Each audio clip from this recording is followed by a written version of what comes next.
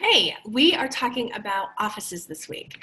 So, okay, the new property manager for my office is sending handymen and technicians to the building during my clinical hours, and several of my sessions have been interrupted for things like cleaning out the air filters and checking the vents.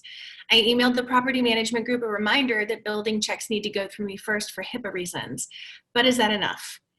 I'd like to thank Therapy Notes for sponsoring us. That is really rough.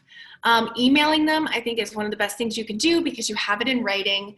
You can also bury them in a bunch of business associate agreements and tell them that they can't have any worker who hasn't signed it enter your workspace, even your waiting room, during work hours.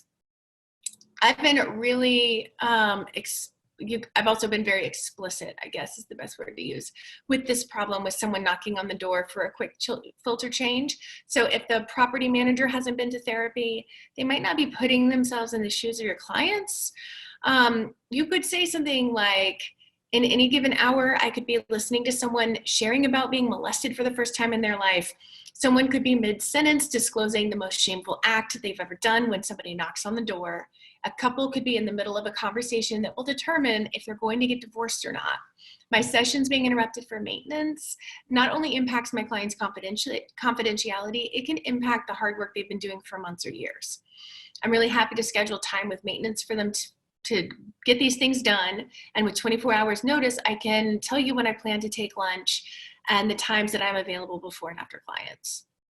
I'd be just really resolute, not apologetic in any way, shape, or form. Show up as your most assertive self and stand for your clients. Like, this is an area where you're basically having to do some advocacy work because it's unacceptable on a number of levels, including what you brought up with HIPAA.